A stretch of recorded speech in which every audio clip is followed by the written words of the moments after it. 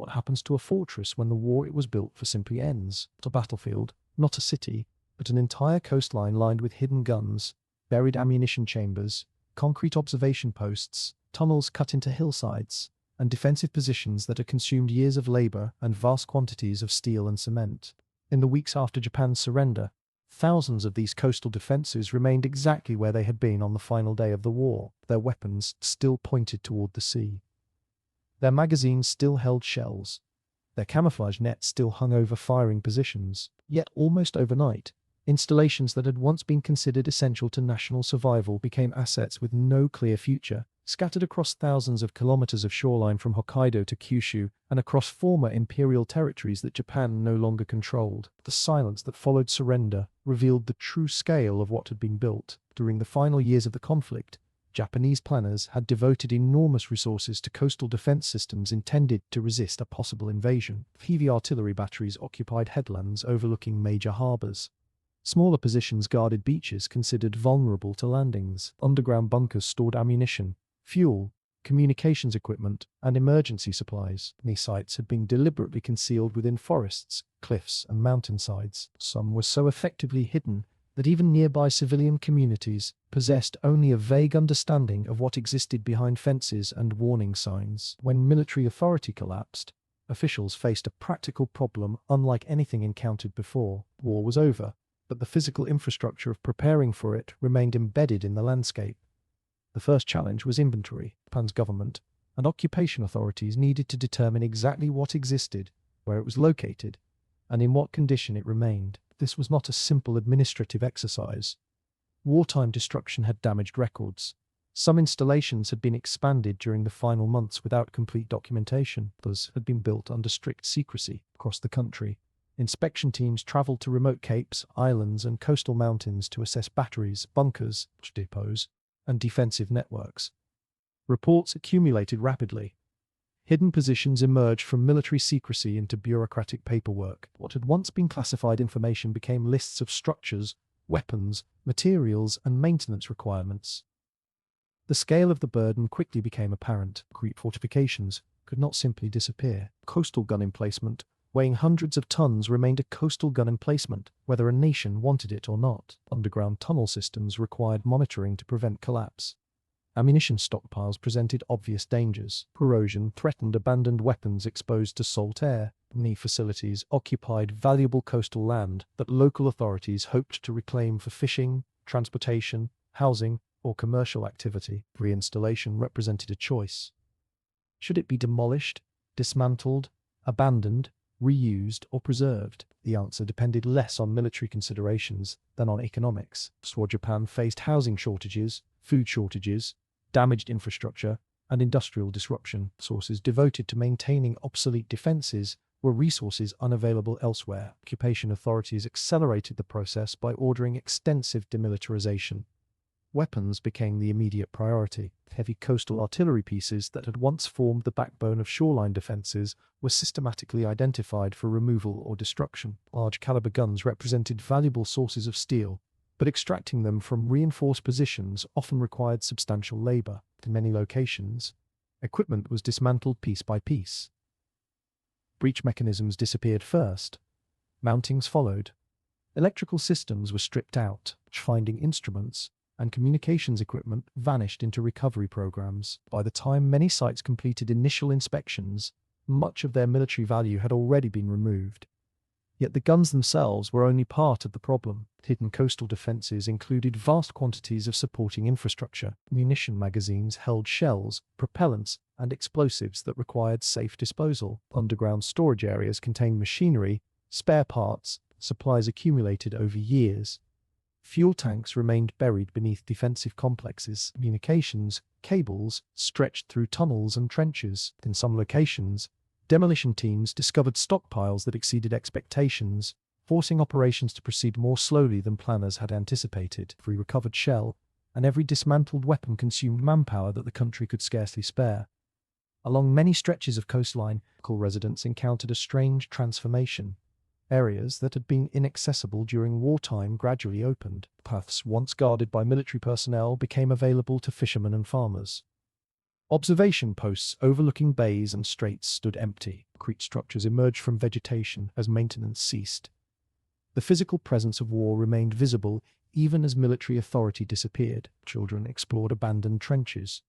Former service roads became local routes. Communities adapted to landscapes shaped by military priorities but no longer controlled by them. Financial realities of reconstruction pushed officials toward practical solutions.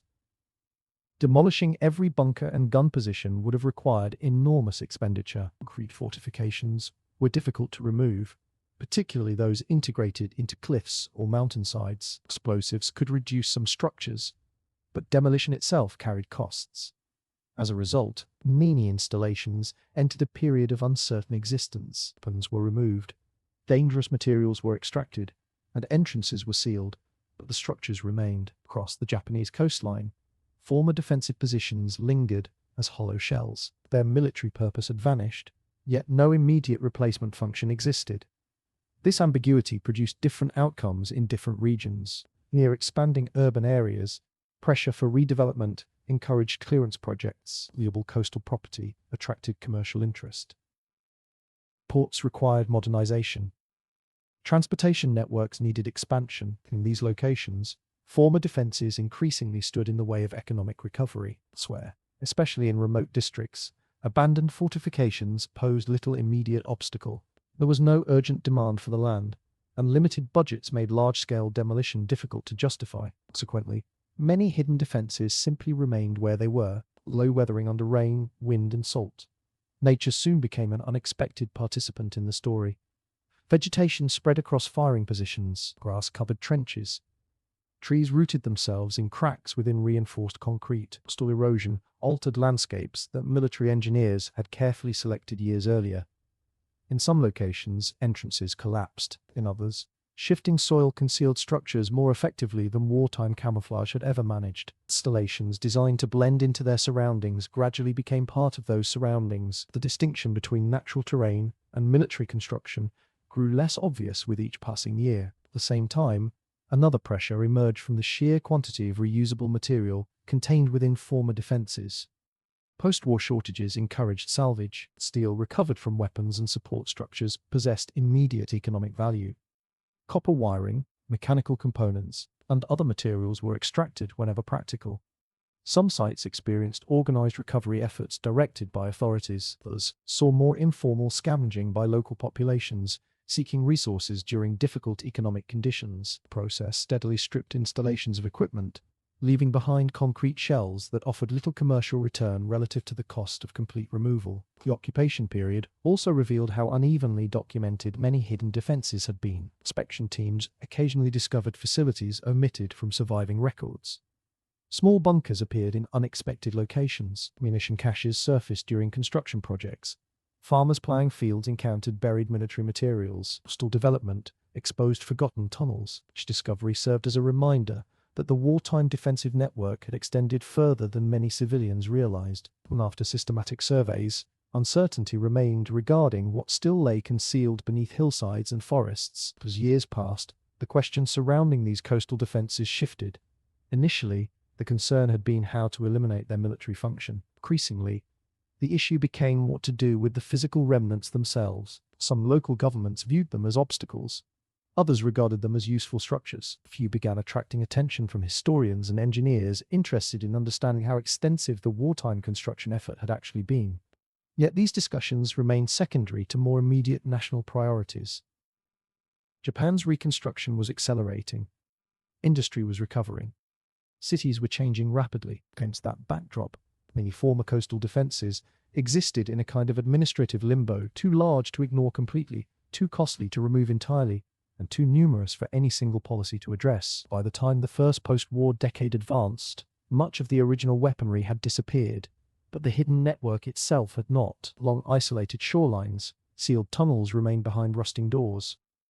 Observation posts still overlooked narrow channels. Concrete batteries sat above waves that continued breaking against the same rocks they had watched during the war. Their final fate had not yet been decided. The process that began with surrender was still unfolding, and the coastline remained filled with unanswered questions buried beneath earth, stone, and reinforced concrete. the uncertainty could not last forever. Japan moved further away from the immediate hardships of surrender and reconstruction. The thousands of remnants scattered along its coastline began to face a more decisive future. The hidden defences had survived the first post-war years largely because removing them was expensive and often unnecessary. But as economic activity expanded, population centres grew, and coastal development accelerated. Land that had once been considered strategically important acquired a different kind of value. Harbours became commercial gateways, shorelines attracted industry, transportation projects, fisheries, and eventually tourism. Structures built to repel a wartime landing increasingly occupied places needed for peacetime purposes. In many regions, redevelopment became the deciding factor. Former artillery positions overlooking bays were demolished to make room for port facilities. Roads were cut through former military zones. Coastal engineering projects reshaped shorelines that had once been carefully selected for defensive reasons. The destruction of these sites was rarely dramatic. There were no public ceremonies marking the end of their existence. Tractors arrived with equipment. Sections of concrete were broken apart. Steel reinforcement was removed, and another piece of the wartime landscape disappeared. Official records. These were infrastructure projects. In physical terms, they represented the gradual erasure of an enormous defensive system. Yet complete removal proved impossible. The scale of construction during the war had been too extensive. Many fortifications were embedded deep within cliffs or mountainsides. Demolishing them entirely could cost more than leaving them alone. As a result, countless structures entered a second phase of abandonment. Their entrances were sealed, their tunnels flooded or collapsed, and their purpose faded from public memory. Visitors walking coastal trails sometimes passed within meters of hidden bunkers without realizing what lay beneath the vegetation. Forests overlooking strategic waterways, observation posts slowly vanished beneath roots and moss, which completed work that demolition budgets could not. The passage of time created another consequence that planners in the immediate post-war years had not fully anticipated. Veterans aged and military records became less accessible. Knowledge of many sites began to disappear. Local communities often remembered that military facilities had once existed nearby, but details faded. Exact tunnel layouts, storage locations, and construction histories were forgotten. Some installations survived physically, while their stories nearly vanished. Decades later, researchers attempting to document coastal defences frequently encountered fragmented information, incomplete maps, conflicting recollections. In certain cases, surviving structures became historical puzzles requiring extensive investigation simply to determine their original purpose. Economic growth during the latter half of the 20th century accelerated this process. Japan's transformation into a major industrial economy altered priorities across the country. Coastal land became increasingly valuable. Urban expansion absorbed former military zones. Factories, shipping terminals, residential developments, and transportation infrastructure occupied spaces that had once been restricted military areas. Practical demands of a growing economy left little room for preserving every remnant of wartime construction. Most sites received no special protection. They disappeared because something else needed the land more. At the same time, a smaller number of defences found unexpected new uses. Some underground facilities offered naturally stable temperatures suitable for storage. Certain tunnels were adapted for civilian purposes. A handful of structures became municipal facilities, warehouses, or maintenance areas. Others survived because removing them served no practical purpose. These cases were exceptions rather than the rule, but they demonstrated a recurring pattern throughout post-war Japan. When a structure could provide economic value, it often gained a temporary reprieve from destruction. The greatest survivor was not any individual bunker or battery, but the concrete itself. Forced coastal fortifications had been designed to withstand bombardment, harsh weather, and years of military use. Those qualities also made them remarkably difficult to eliminate, and after decades of neglect, many structures remained standing. Rust consumed metal fittings. Wooden interiors decayed, equipment vanished. Yet the basic forms endured. Visitors occasionally encountered firing positions carved into headlands, tunnel entrances concealed within forests, or observation posts overlooking narrow channels. These remnants offered silent evidence of the enormous resources once devoted to defending the coastline. Historical interest expanded in later decades. Attitudes towards some surviving defences began to change. Historians, local preservation groups, and researchers recognized that these structures represented physical records of a particular moment in Japan's history. The challenge was that thousands had already disappeared. Every redevelopment project, every demolition contract, and every abandoned site lost to erosion reduced the surviving record. What remained was only a fraction of the original network. The scale became clearer precisely because so much had been destroyed. Researchers comparing wartime plans with surviving locations discovered how extensively the coastal defense system had once stretched across the archipelago. And then, preservation remained selective. Most sites never became museums. Many continued deteriorating without formal protection. Safety concerns complicated access. Aging tunnels could collapse. Flooded chambers presented hazards. Coastal erosion threatened foundations. Local authorities often faced difficult choices between preservation costs and other public needs. Consequently, numerous structures remained in a state between existence and disappearance. They survived physically but received little maintenance, gradually yielding to weather and time. Perhaps the most revealing aspect of the story is how ordinary the final outcome became. During the war, these defences had been treated as essential assets. Their construction consumed labour, raw materials, engineering effort, and scarce resources. Entire sections of coastline were reshaped around military requirements. Yet after the war ended, the same installations became accounting problems, redevelopment obstacles, salvage opportunities, historical curiosities, or forgotten ruins. Their importance diminished, not because they physically changed overnight, but because the world around them changed. Gun battery overlooking a harbour meant one thing during wartime, and something entirely different once commercial ships, fishing fleets, and civilian ferries became the primary users of those waters. Today, fragments still remain scattered across Japan. Some are clearly visible, others lie hidden beneath vegetation, buried beneath later construction, or sealed behind concrete barriers. A person standing beside one of these remnants may see only weathered concrete and rusted metal. Yet those remains represent the final stage of a vast post-war process that lasted decades. First came disarmament, then salvage, then abandonment, redevelopment, demolition, adaptation, and gradual historical rediscovery. The fate of the defences was not decided in a single moment, unfolded slowly through thousands of individual decisions made by engineers, local officials, contractors, landowners, researchers, and communities. What really happened to Japan's hidden coastal defences after the war was neither a sudden disappearance nor a dramatic preservation effort, simply entered a long decline shaped by economics rather than strategy. Steel was worth recovering. Land was worth redeveloping.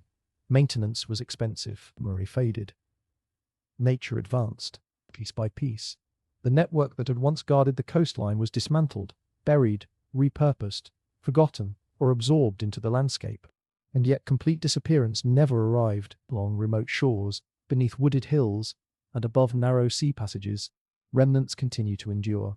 They stand not as active defences, and not as monuments to military power, but as physical traces of what happens when a nation builds for a future that never comes. Long after the weapons were removed and the soldiers departed, the concrete remained, quietly recording the immense cost of preparation, the pressures of reconstruction, and the slow, often unnoticed process through which history fades into the landscape. If you enjoy deeply researched World War II aftermath stories focused on what happened after the fighting ended, consider following for more documentaries exploring the forgotten destinies of the war's ships, aircraft, fortifications, and hidden infrastructure. At times the most revealing chapter begins only after the war is already over.